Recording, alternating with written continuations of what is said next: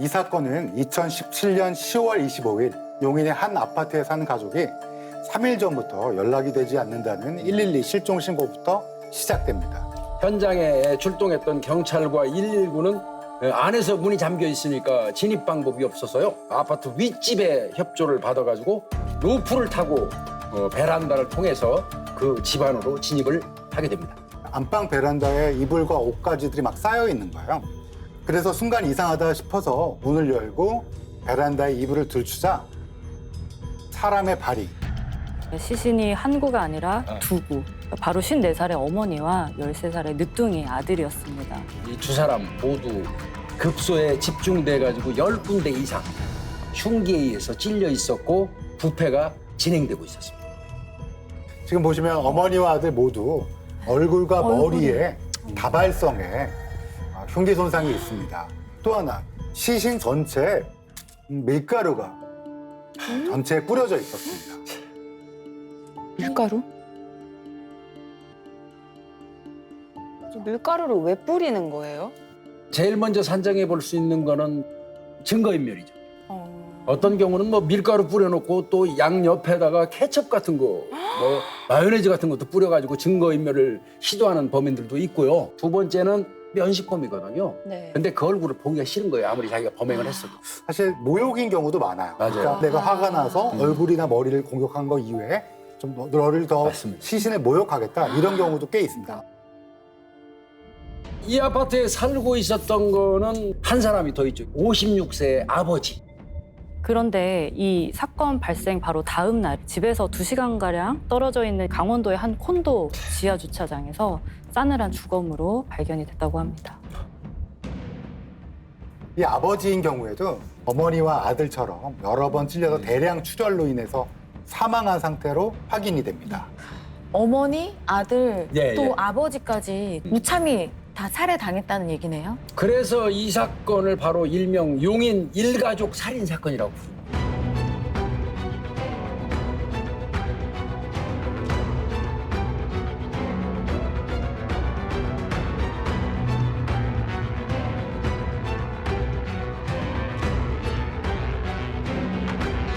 (10월 20일) 그러니까 어머니와 늦둥이 아들 사체 발견 4일 전에 이 댁의 장남이 사건 발생 장소인 아파트에서 나가는 모습이 CCTV에 포착된 것입니다. 첫째 아들.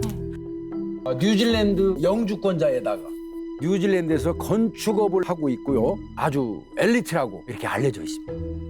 또 100억이 넘는 할아버지의 재산을 상속받을 예정으로 알려져 있었습니다. 네. 그런데 이 사건을 수사하는 과정에서 수사팀이 스모킹건을 발견합니다. 바로 당시 33살 장남 김성관이 용인 일가족 살인 사건의 유력 용의자로 떠오릅니다.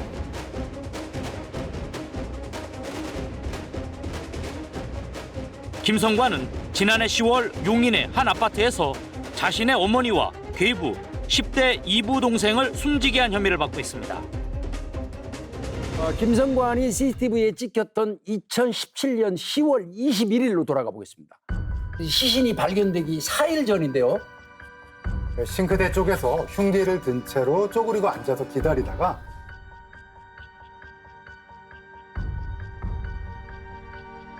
약 1시간 40분 후에 어머니와 남동생이 들어오자 먼저 어머니를 밀면서 왜 사람을 잔인하게 만들어? 라고 소리치면서 가슴과 목, 얼굴 등을 수차례 찌릅니다. 옆에서 이 상황을 지켜보던 13살짜리 동생이 얼마나 놀랬겠습니까? 그러니까 뭐 형 뭐 하는 거야? 형 왜 그래? 막 그러고 이제 나섰겠죠? 소리쳤겠죠? 그랬더니 이때 동생을 마루에 넘어뜨리고 얼굴하고 머리를 수차례 또 공격하게 됩니다.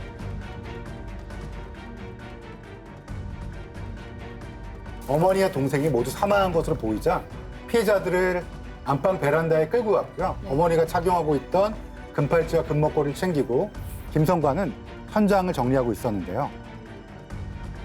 그때 참 안타까운 일인데요.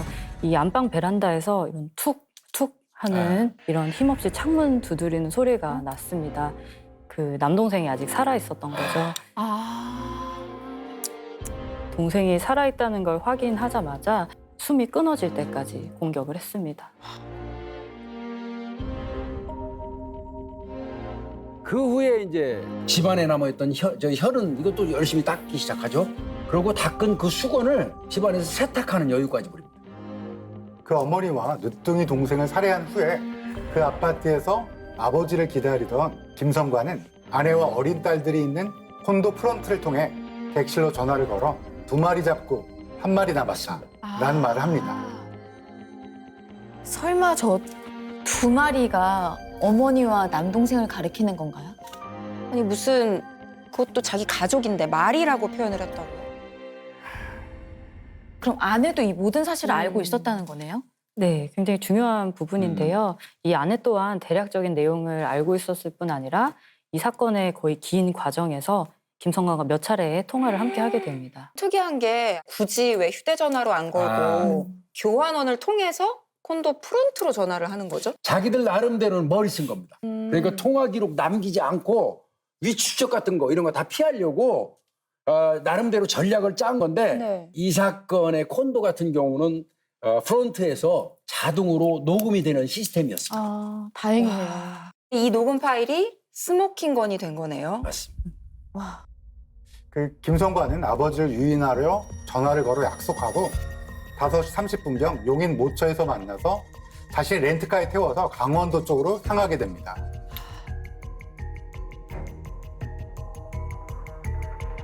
조수석에 앉아있던 아버지가 잠이 들자 왼손으로 계속 운전을 하면서 오른손으로는 준비해두었던 흉기를 찌르고 또 둔기를 다시 가져와서 머리와 얼굴을 수차례 내리쳐 살해합니다.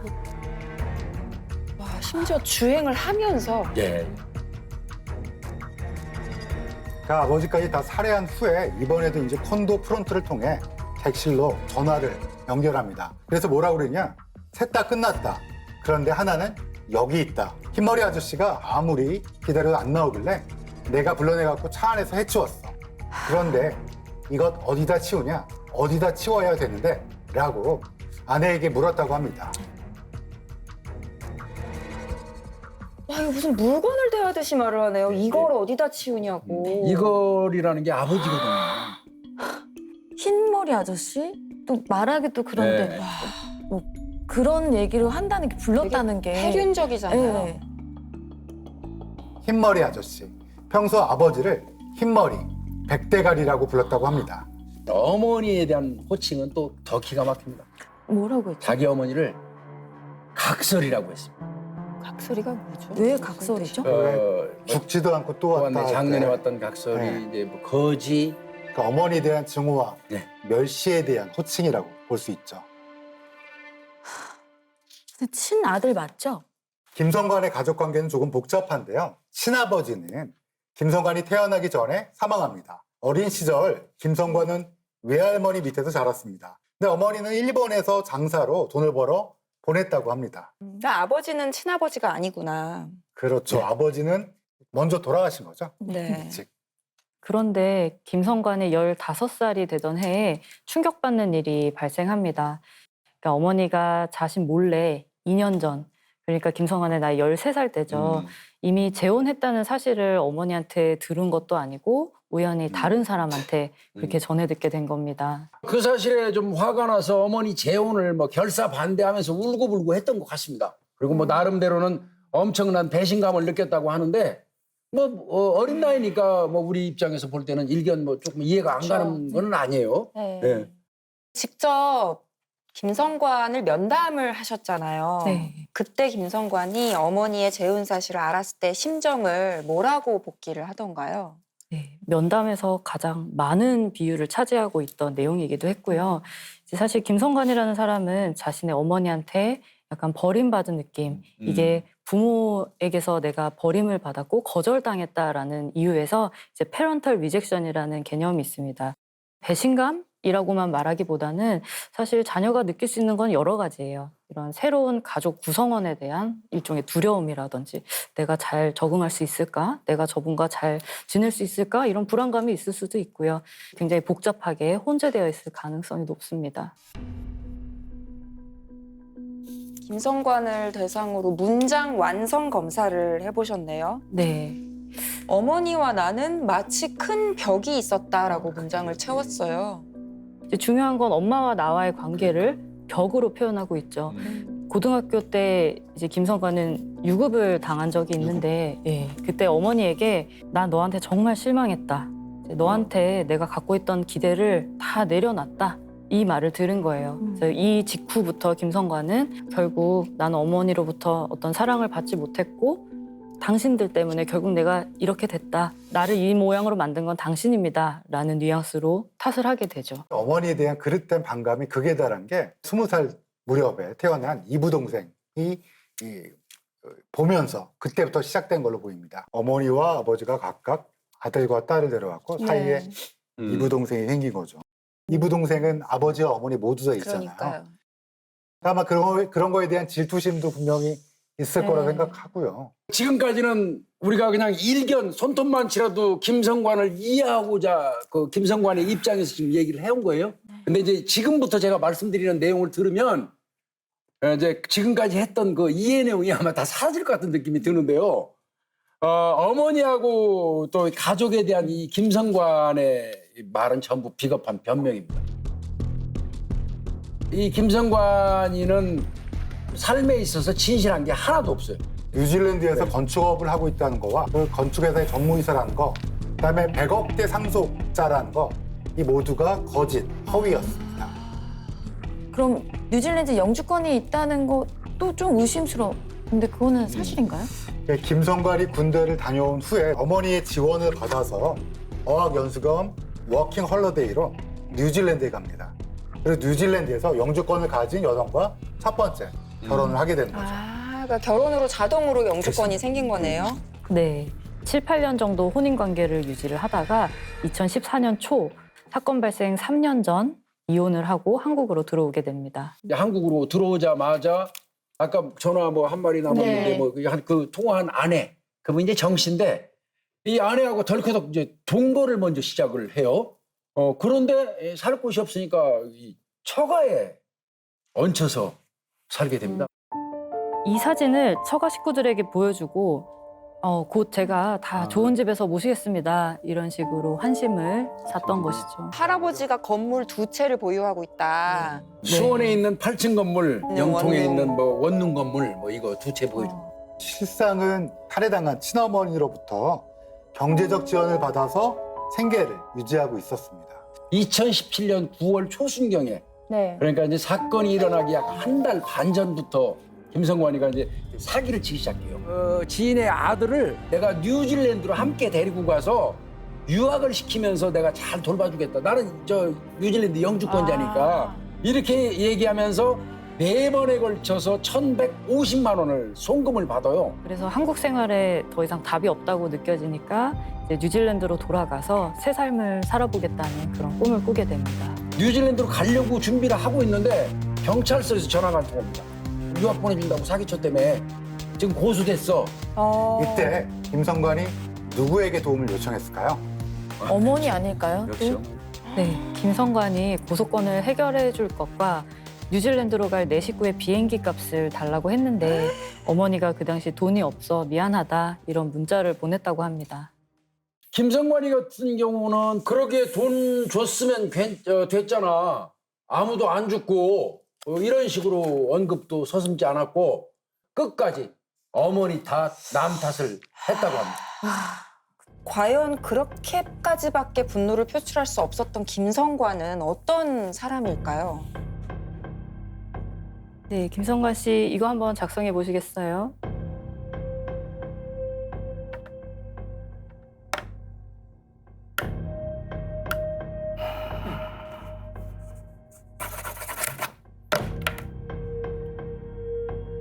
네, 다시 한번 작성해 보시겠어요? 결과가 제발 정확하게 나오면 좋겠네요. 왜 살인을 저질렀나요? 질문 자체가 잘못됐습니다. 김성관 씨 범행에 대한 후회는 없습니까?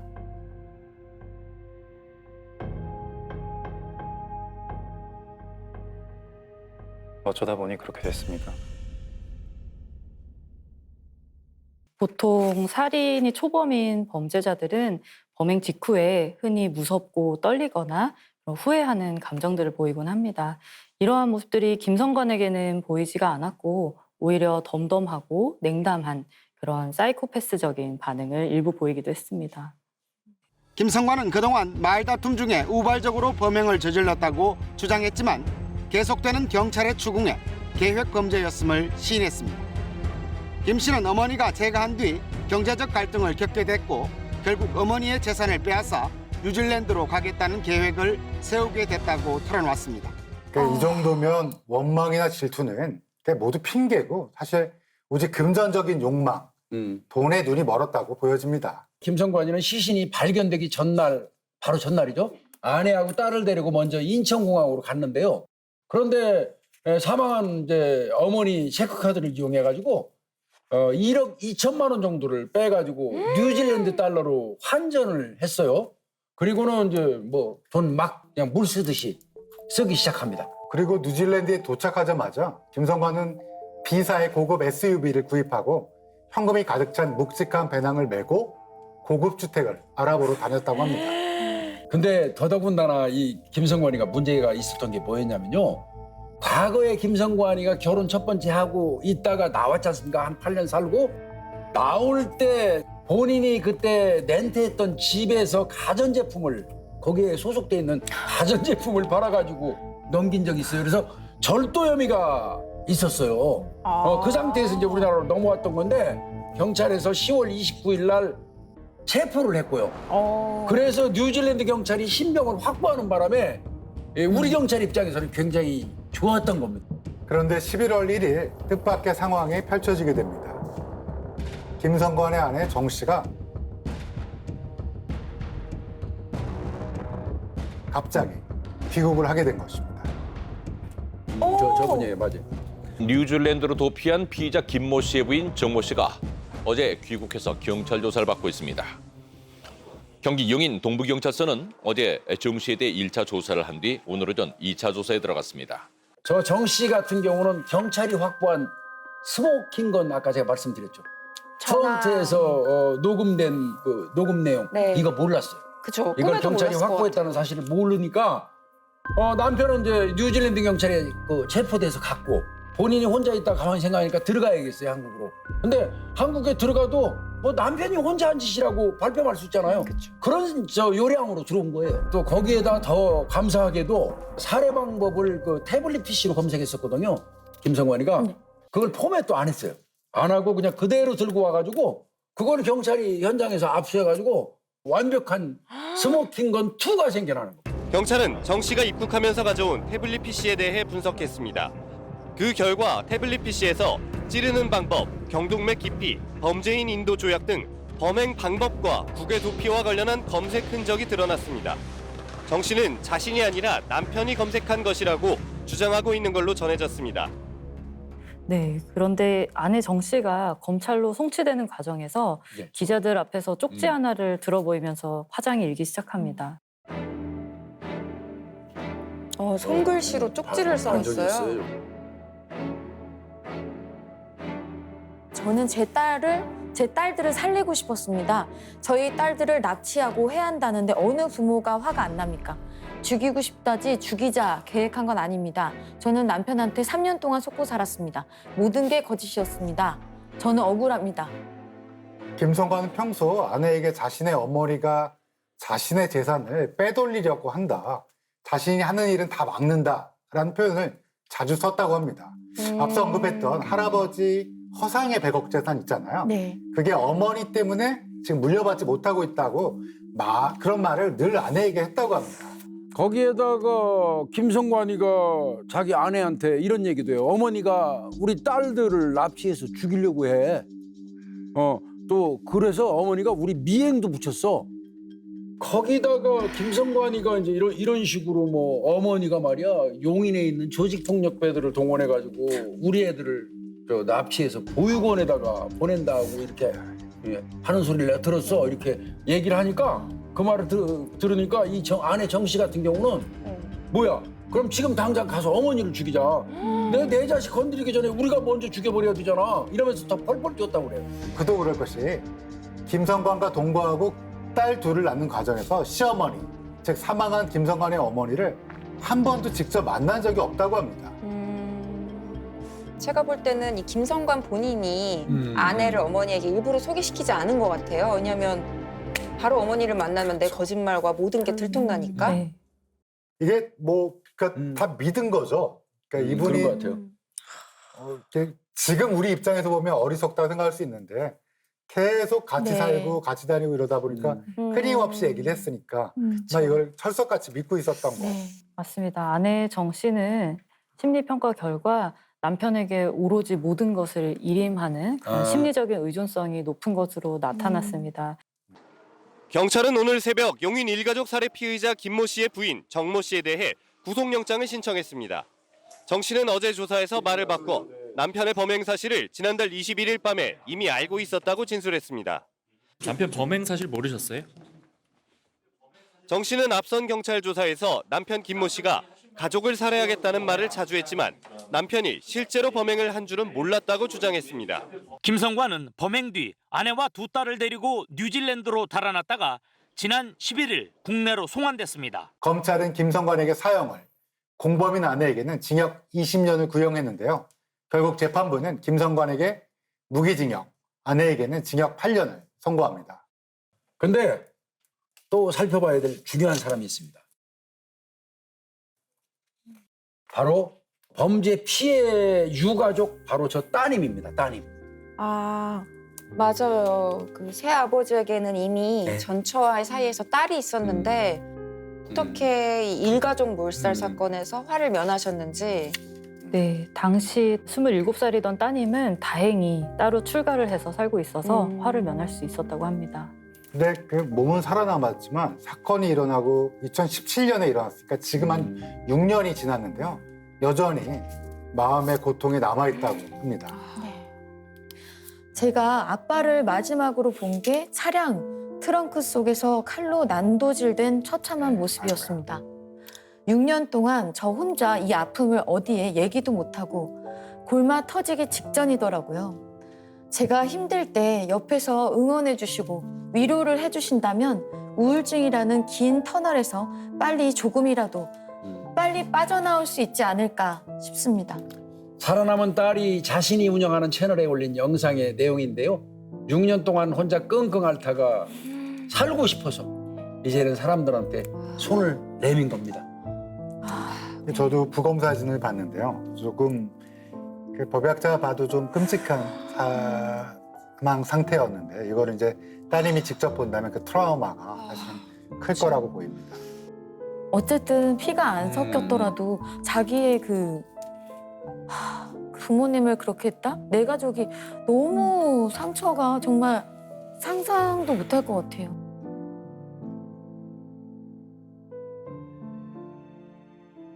살인 사건을 다룰 때는 그 엽기적인 측면이나 폭력적인 측면에 좀 치중해서 소비하는 경향이 있잖아요.